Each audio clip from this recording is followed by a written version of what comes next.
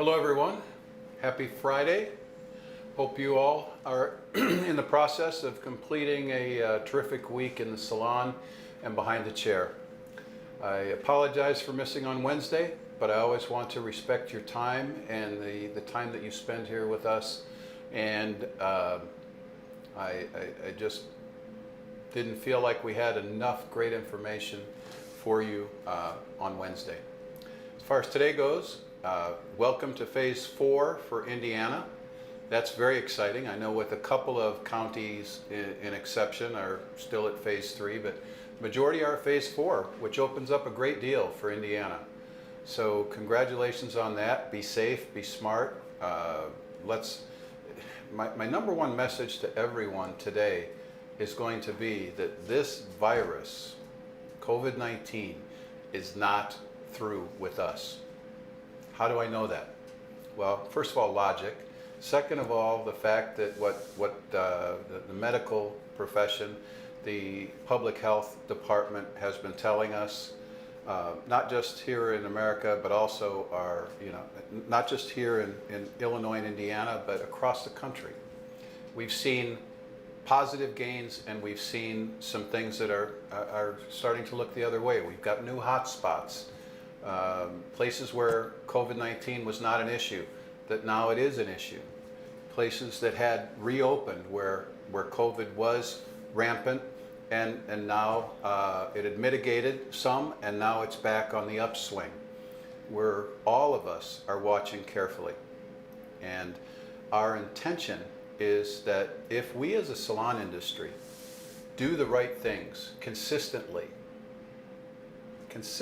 over time, not just until we think everything's better and then we say, who needs the mask, who needs the temperature taken at the door, who needs to keep this record of servicers that come into the business, do we really need all of that stuff? Do we really need to sanitize as thoroughly as we have been in the past, in these past couple of weeks?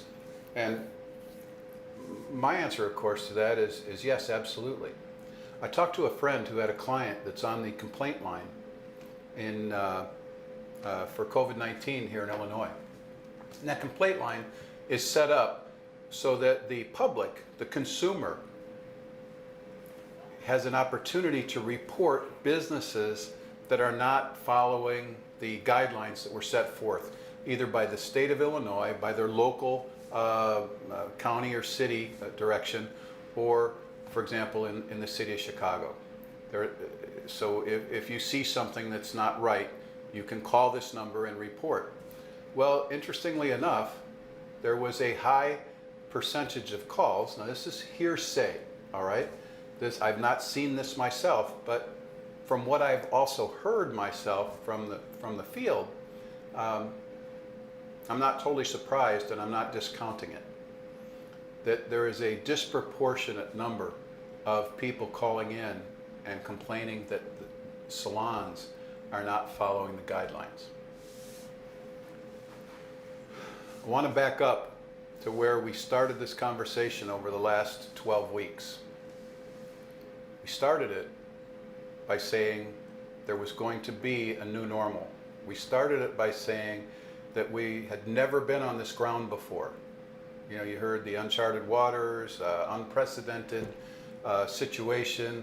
Certainly, I've heard people say, I never want to go through this again in my business. I never want to have to close my business again. And what I can tell you is that as I've been working with people who are working with the state, decisions that they're making today or that they're going to make tomorrow or in the next week are all with an eye toward the possibility of a second strong wave of this in the future, perhaps this fall. I'm not saying that to scare anyone, because who am I? I sell shampoo for a living. You guys all know that. But what I want you to know is that through the course of our business closure, the opinion, the public opinion and sentiment toward hairstylists to me, was second to none. You've heard me say before in this medium that I think that hairdressers and barbers and estheticians are thought more highly of today than they have been in the last 100 years. And I believe that to be true.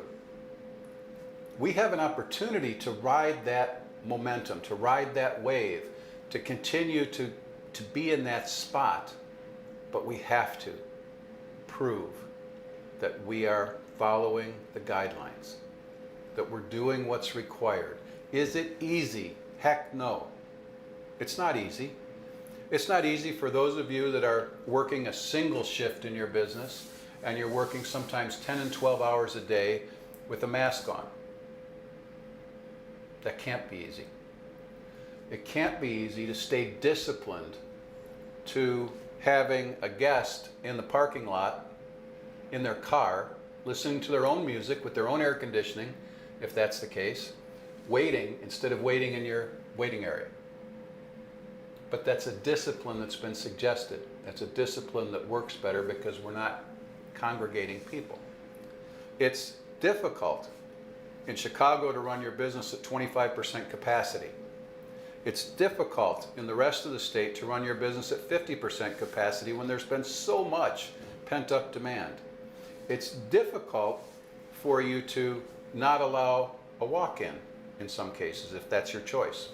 It's difficult to tell a guest, please take off the mask that you wore here and wear this one-time use mask. Because you're going to get some pushback. You're certainly at least going to get, why do I need to do that?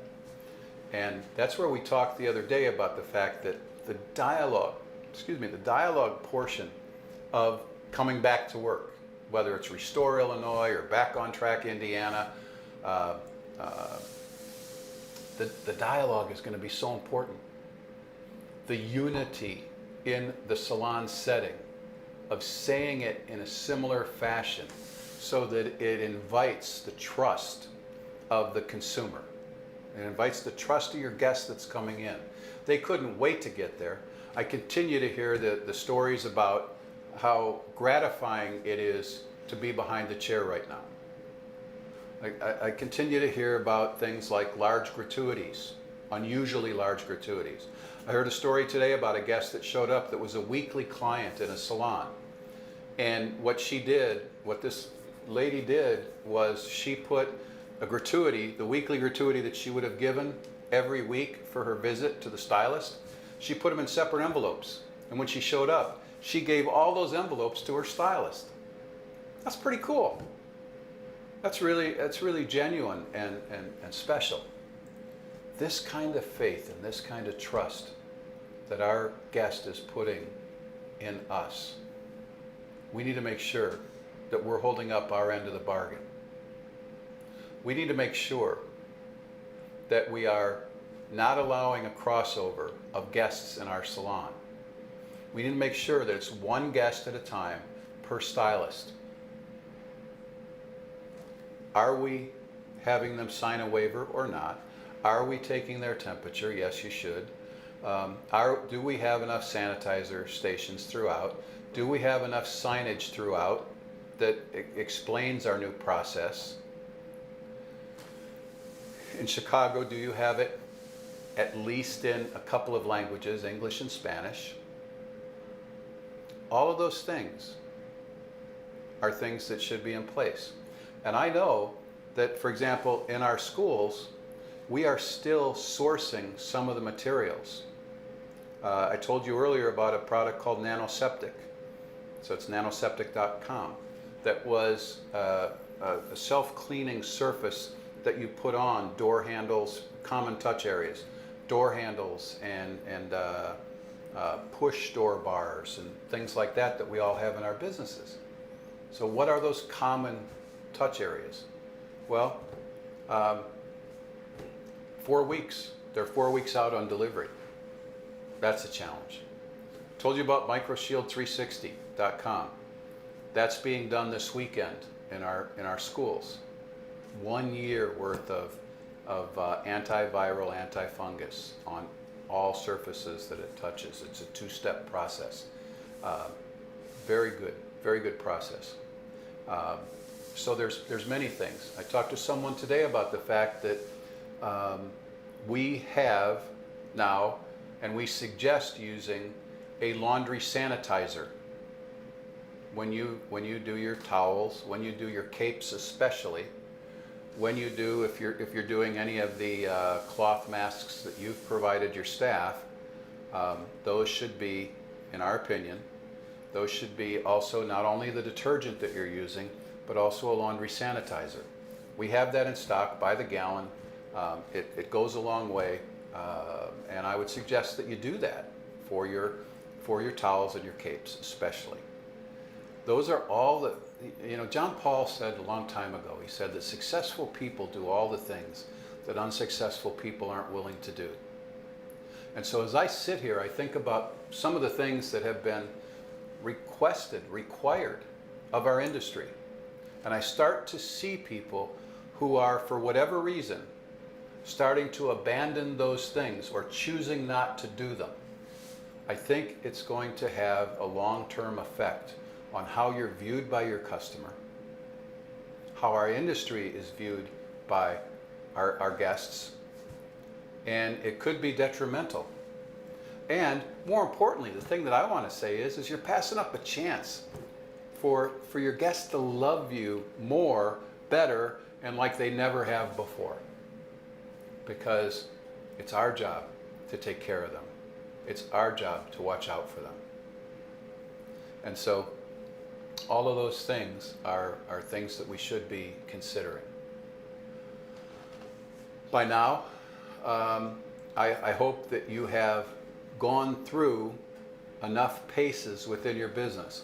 I heard from a salon owner this week, and she said that their salons had record weeks, individually and collectively, had record weeks with people working only shifts, right? 50% capacity in 2 different shifts, right? And record weeks. Yeah. I mean, and I know that some of you absolutely are experiencing that same thing. My question is it going to be for a week? Is it going to be for 2 weeks? Is it going to be for a month? Is it going to be for 2 months? I want you to remember, we've got at least 2.5 months of pent-up demand. So are we ready to do the same thing over and over and over again? I heard this week Andy Reid, the coach of the world champion Kansas City Chiefs, talking about his quarterback, Patrick Mahomes, and saying, how do how much more can you tap in this man's potential? He's already won a Super Bowl. He's already MVP. Is there more? Is he capable of more? And I love the answer. What Andy said was, he has a farmer's mentality. And then he explained what that was.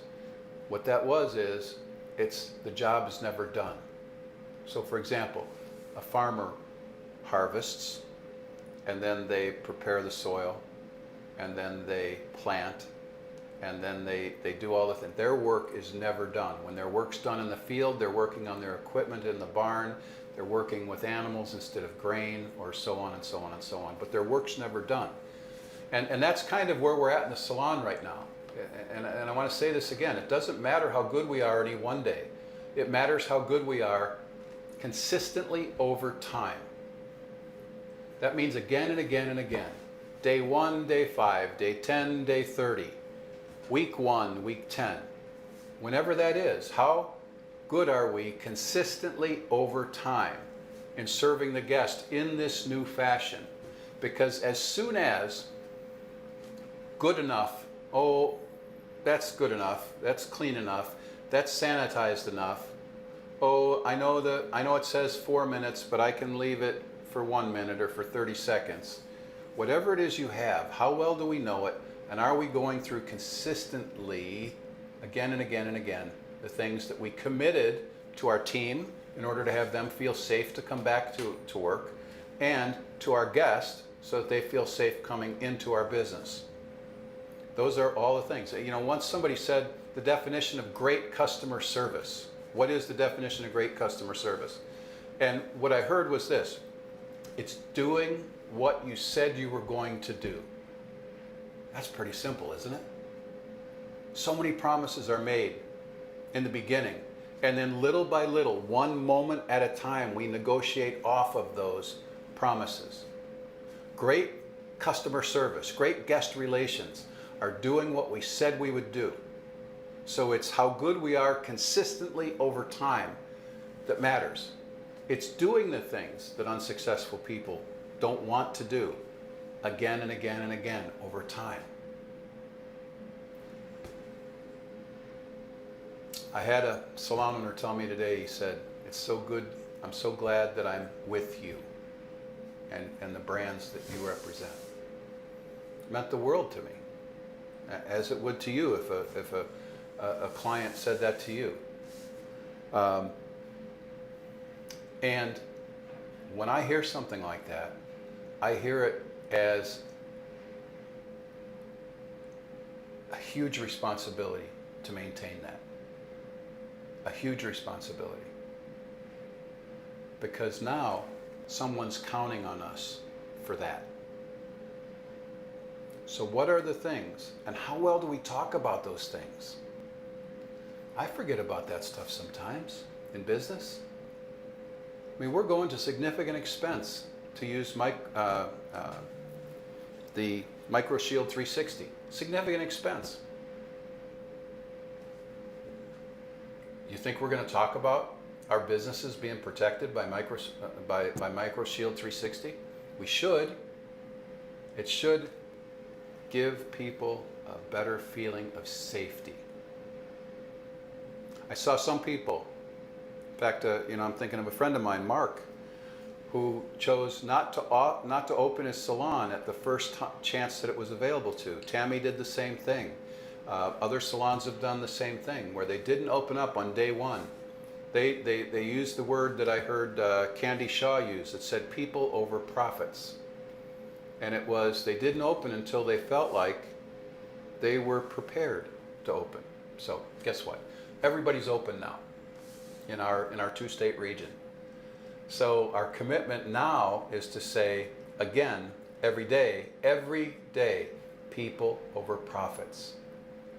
Now, I'm not apologizing for profits. Profits are earned. Profits are earned over time based on consumer trust.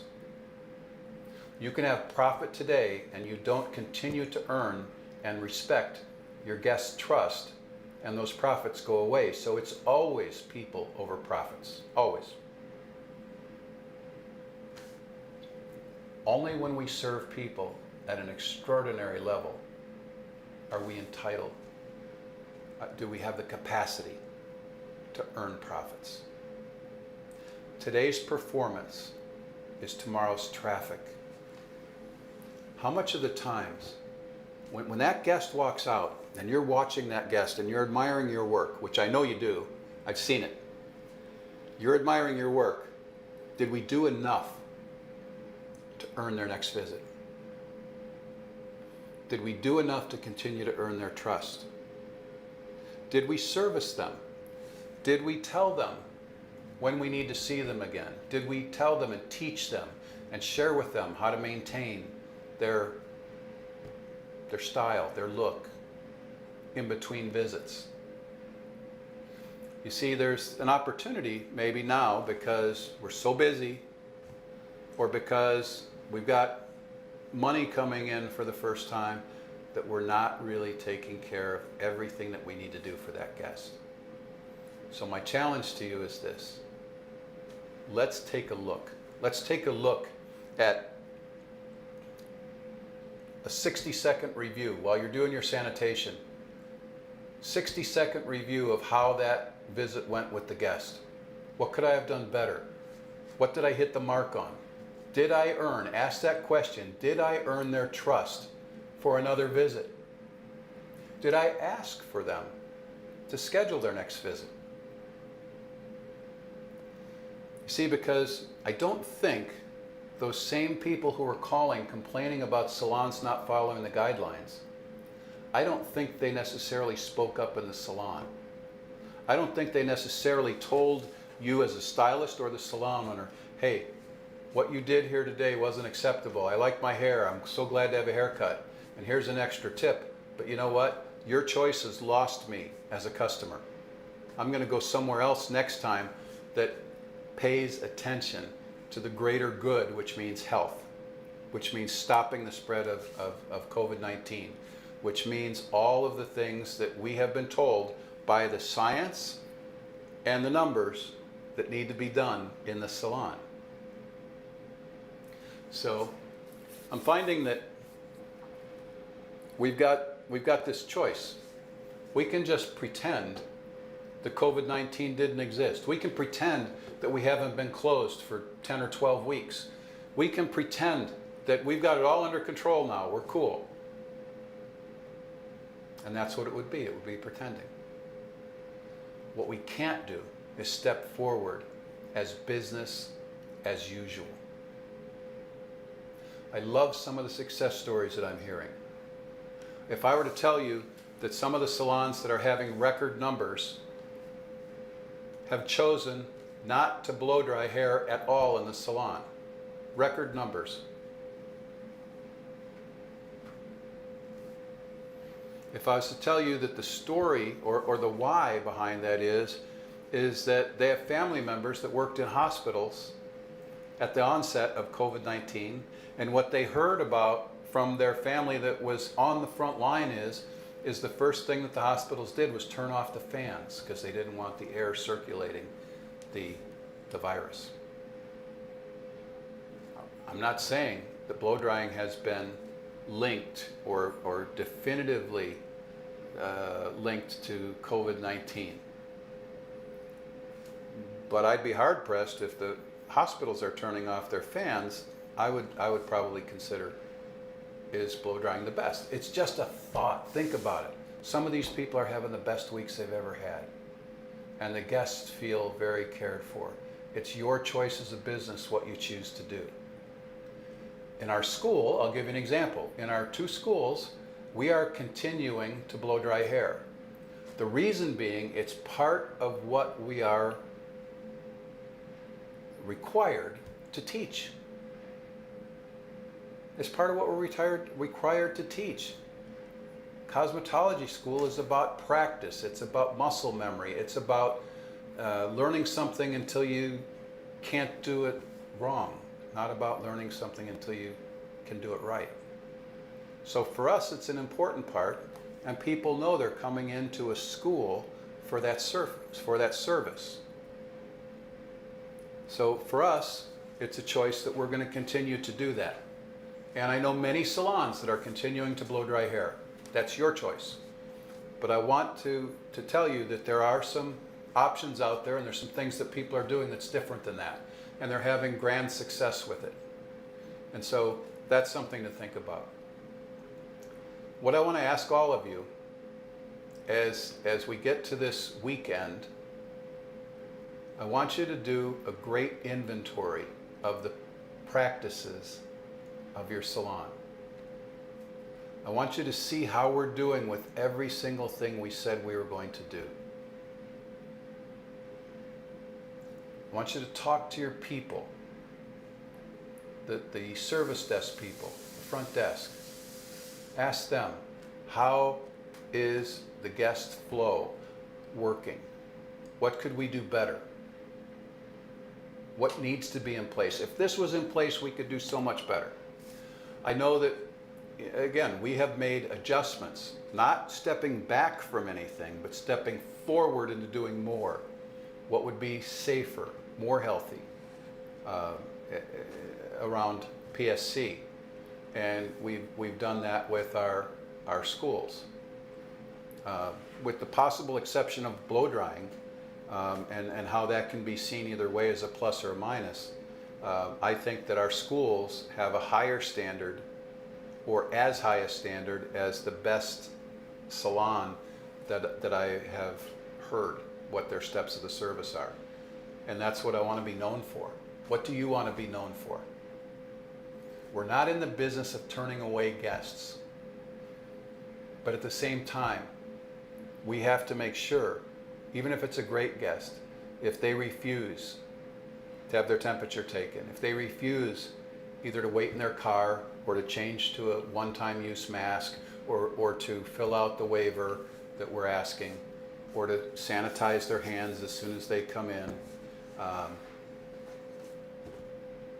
and we say, oh, that's just a good customer.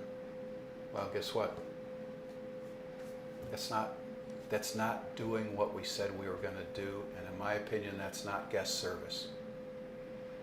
So I want to be a little bit hard on you because you're worth it, because I want your guests to absolutely feel like they're in great hands with you. Every opportunity, you know, when you stop and think about it, if it was easy, everybody would do it. It's the difficult part that sets you apart from your competition. I put a post on Facebook last Sunday, when I went by, and I talked about this already, so I don't want to repeat. But anyway, it was a full parking lot. But I was reminiscing about this today with my brother-in-law. And there was one weekend in this process, about a month ago, that it was commonplace all throughout our town to see doors barricaded, everybody going into one entrance, and there being a guest count on who came in. Whether it was Aldi, there was a line to get in. Jewel, there was a line to get in. Home Depot, there was a line to get in. Menards, there was a line to get in. Because they had so many people in the store. Sam's Club, there was a huge line. Walmart, there was a line. You would sometimes wait 20 and 30 minutes outside because they were at capacity inside. That was one weekend. By the next weekend, there were just as many cars in the parking lot, but there were no lines. There was no barricaded doors. There was nobody counting guests. The same number of people were in those businesses. But they had already discarded what they thought was the best practice. You've heard me tell the story about the grocery store and the keypad for the credit card. Well, we went from that one little saran wrap across the credit card machine, and that was there for about 3 or 4 weeks. Then for 3 weeks, there was nothing on any of the machines in the store. And now, this most recent time I was there, within the last week, they have the saran wrap back on there. So how does that make me, as a guest, as a purchasing consumer, feel confident in that store? What do I think they're doing with the produce? Are they cutting corners there? What do I think they're doing at the meat counter? Are they cutting corners there? What do I think they're doing with the frozen foods? Are they frozen continuously, or have some thawed and refrozen? I don't know. I'm not accusing, but I'm saying that when you do something and then discard it, when everyone knows we're still in phase 3 in Illinois. They saw it, it was our practice, and now they come back and we're not doing it. What does that mean? What unspoken word is that saying to your guest and our customer? I want to be sure. I want to be sure that we take advantage of every single opportunity to have our guests be safe and our team be safe. And I want to be sure that you are always held in the highest esteem.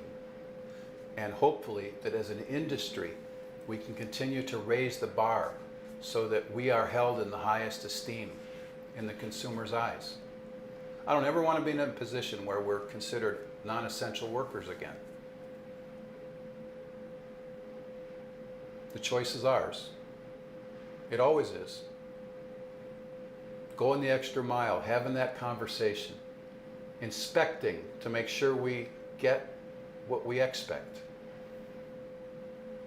Inspecting because it's what's right for our guest. So those are thoughts on where I think we're at as a profession, as an industry. I can tell you that I honestly, in my gut, don't feel like we're honoring as an industry the 25% capacity or the 50% capacity? I don't think we are. And if that's the case, I think that we're no better than some of these other businesses that have discarded it. Only you are this close. You are right here with the guest.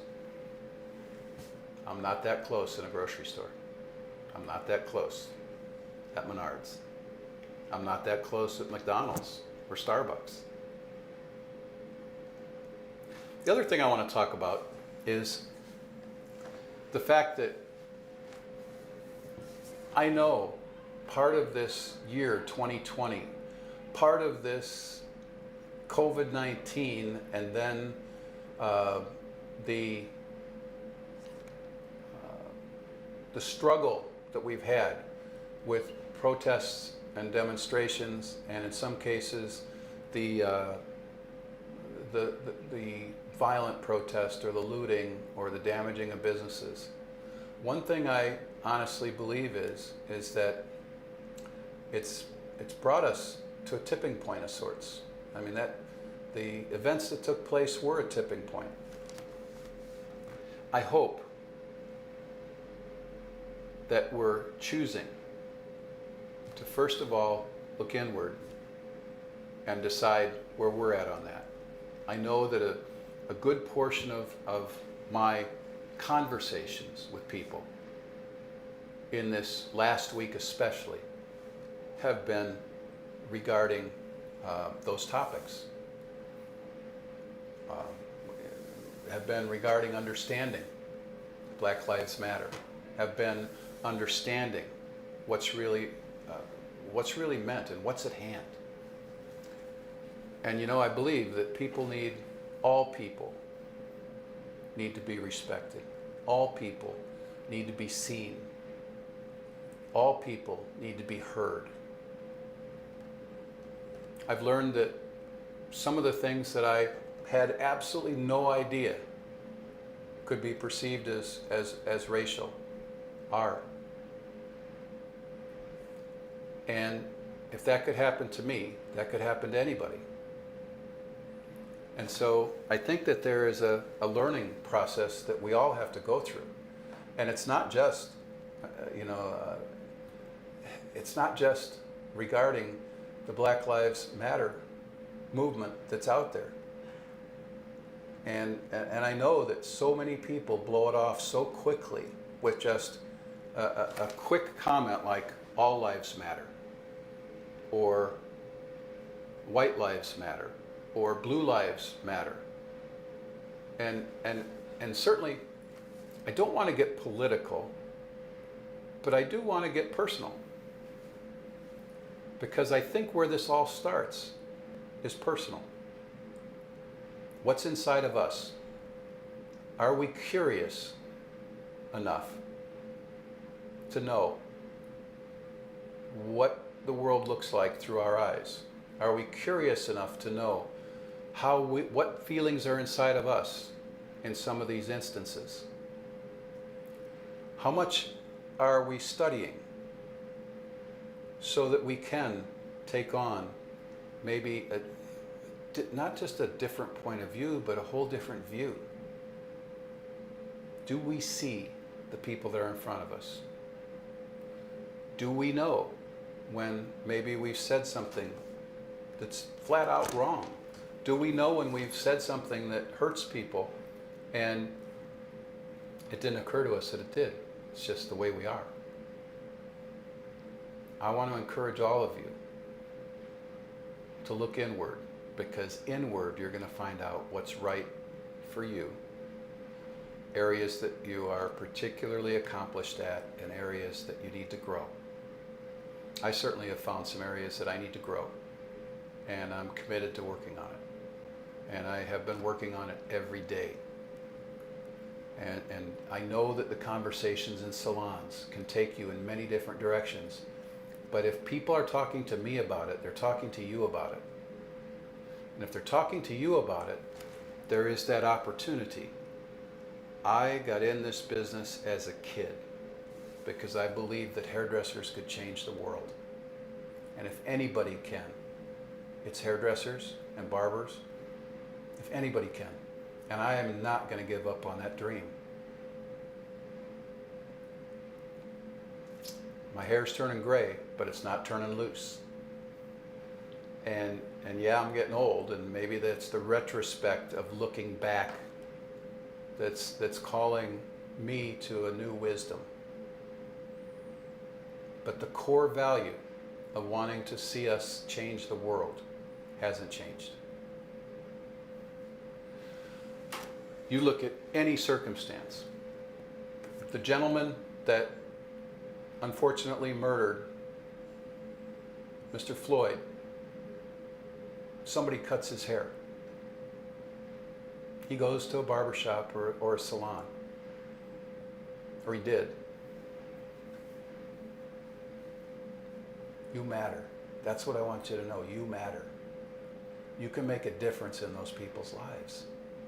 And you do. Because people want to feel better about themselves. And so I call you to an inward look. I call you to striving for a higher standard. I'm not saying that I have a higher standard. I'm saying that I strive to a higher standard. I'm not there yet. God's not done with me yet, thank God. But we can all do this. But it starts so much with, when you don't follow through on what you said you were going to do, something as simple as taking everyone's temperature, you feel less about yourself. When you feel less about yourself, you're not necessarily as capable of having the drive and the tenacity to change the world. And I want to, along with all of you, change the world. So please don't ask me to give up on that dream. Wouldn't matter, I'm not going to anyway. But know that I want to send out love. I want to send out compassion and understanding for where you are. I've seen tears shed this week on more than one occasion because of the situations that are going on.